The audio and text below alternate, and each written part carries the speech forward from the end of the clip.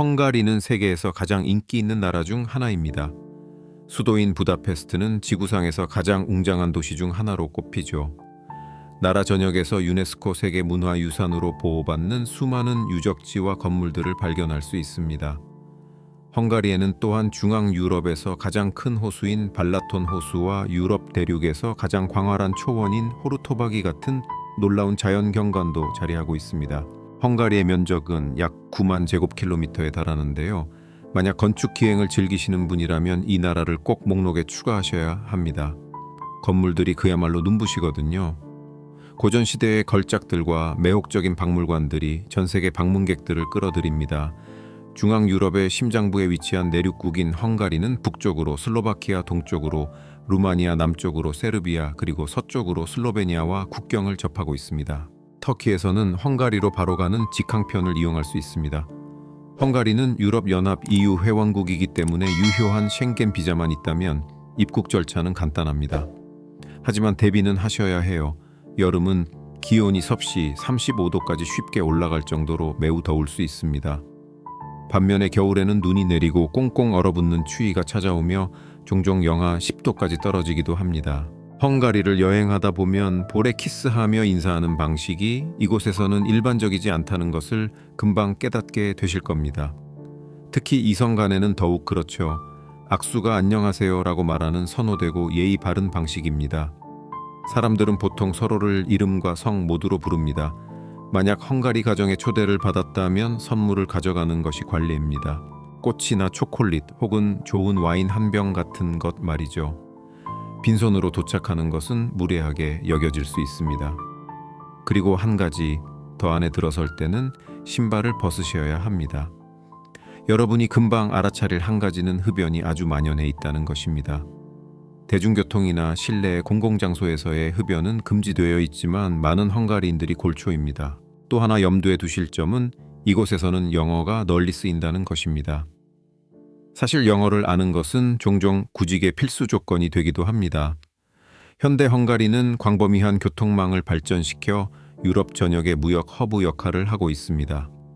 풍부한 천연 자원은 부족하지만 천연가스를 보유하고 있으며 화학, 플라스틱, 비료, 알루미늄, 건설업 등 산업을 통해 경제가 번창하고 있습니다. 자, 부다페스트에 도착해서 택시를 타려고 할 때 현금이 없어도 카드로 결제할 수 있습니다. 공항에 환전소가 있긴 하지만 수수료가 꽤 비싸서 그곳에서 환전하는 것은 추천하지 않습니다. 현재 1터키 리라는 약 23 헝가리 포린트입니다. 공항에서는 터키 리라를 받지 않지만 시내 중심가로 나가면 문제없이 포린트로 환전할 수 있습니다. 헝가리에서는 항상 회사 이름이 표시된 택시를 선택하세요. 그렇지 않으면 잘 모르는 승객에게 바가지를 씌우는 개인 택시 기사에게 걸릴 위험이 있습니다. 만약 헝가리에 영구적으로 정착할 계획이라면 또 다른 중요한 세부 사항이 있습니다. 도착 후 1개월 이내에 터키 영사관에 주소를 등록해야 합니다. 이걸 하지 않으면 공식적인 업무에 제한을 받게 됩니다. 예를 들어 헝가리에서 선거가 있을 때 투표를 할 수 없게 되죠. 이게 중요하든 아니든 그건 여러분의 선택이지만 주소 등록을 건너뛰면 벌금을 물게 될 수도 있다는 점을 명심하세요. 헝가리에 대한 흥미로운 사실 중 하나는 은행이 운영되는 방식입니다.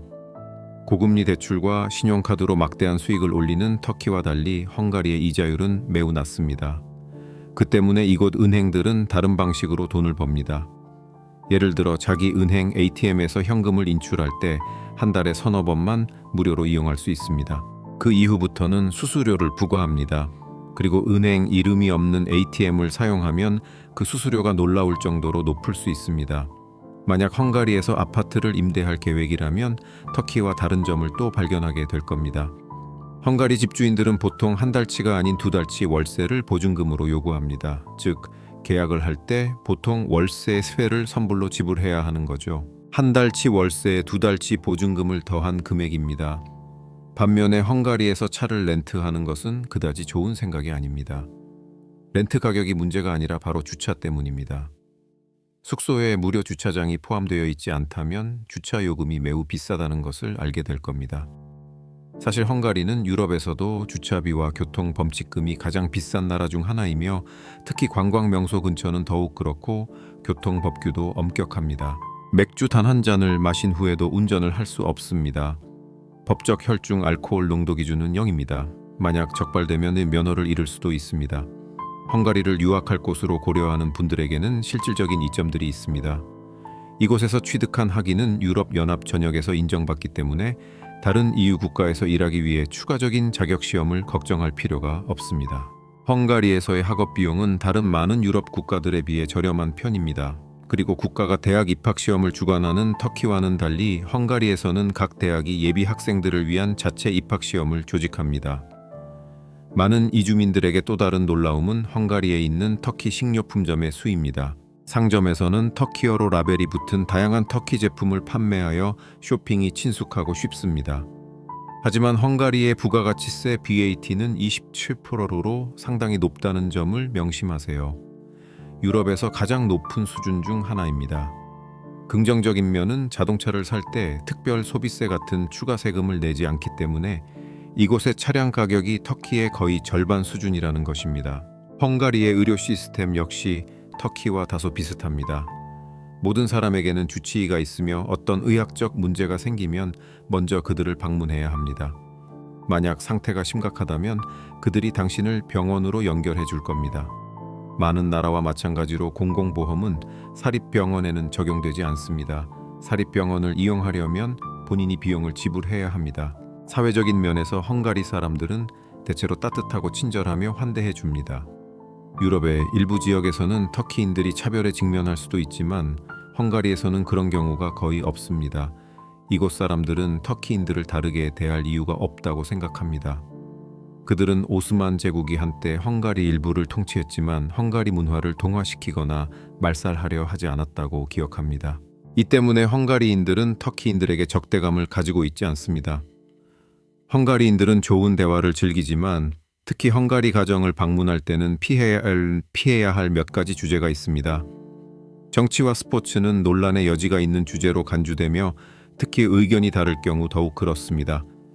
이곳의 사회생활, 특히 부다페스트에서의 생활은 주로 여러분의 접근 방식에 달려 있습니다. 어떤 사람들은 이 도시에서 작은 마을 같은 느낌이 든다고 말합니다. 이러한 정서는 문화적, 언어적 차이뿐만 아니라 헝가리인들이 때때로 외국인과 친구가 되기를 꺼리는 경향 때문에 어느 정도 일리가 있습니다. 종종 커뮤니티의 모든 사람이 서로를 아는 것처럼 보이기도 합니다. 건배는 많은 나라에서 흔한 관습이지만 헝가리에서는 그들만의 규칙이 있습니다. 겸배를 뜻하는 헝가리어는 에게시에드레입니다. 술 몇 잔 마시고 발음하기엔 좀 어렵죠. 하지만 맥주잔을 부딪히면서는 절대 이 말을 해서는 안 됩니다. 전설에 따르면 1818년 합스부르크 왕가에 맞선 혁명에서 헝가리인들이 패배한 후 오스트리아인들이 맥주로 건배하며 축하했다고 합니다. 그 이후로 헝가리인들은 에일 맥주를 마실 때 에게셰드러라고 말하는 것을 거부해왔습니다. 수도의 대중교통은 트램, 트롤리버스, 일반 버스, 그리고 지하철 시스템을 갖추고 있어 매우 효율적입니다.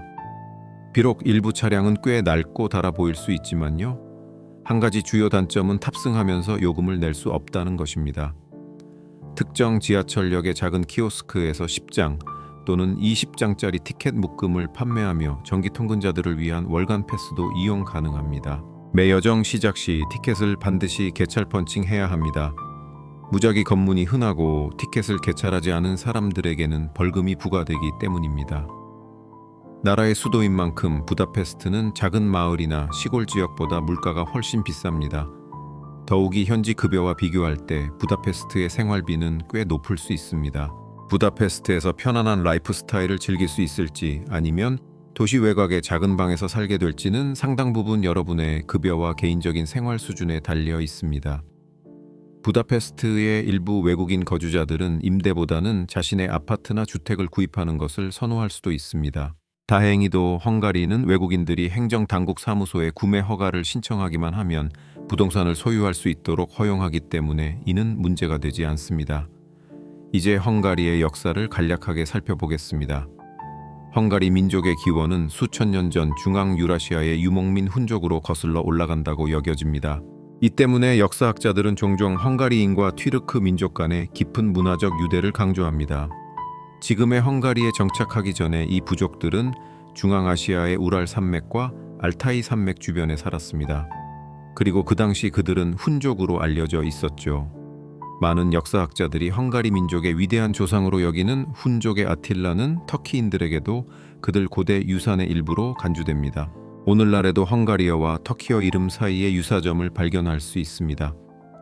예를 들어 헝가리인들은 아틸라를 어틸러, 아틸라라고 부릅니다.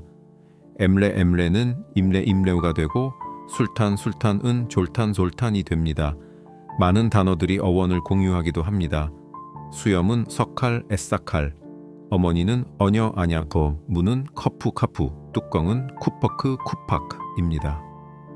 두 언어 모두 전미사를 붙여 의미를 형성하는 교차거족에 속합니다. 훈족 이후 마자르족이 중앙아시아에서 카르파티아 분지로 이동하여 현지의 켈트족, 루마니아족, 슬라브족, 아바르족을 정복했습니다. 최초의 헝가리 국가는 천년경 봉건 구조로 설립되었습니다. 하지만 1241년 몽골이 침입하여 왕국은 크게 약화되었습니다.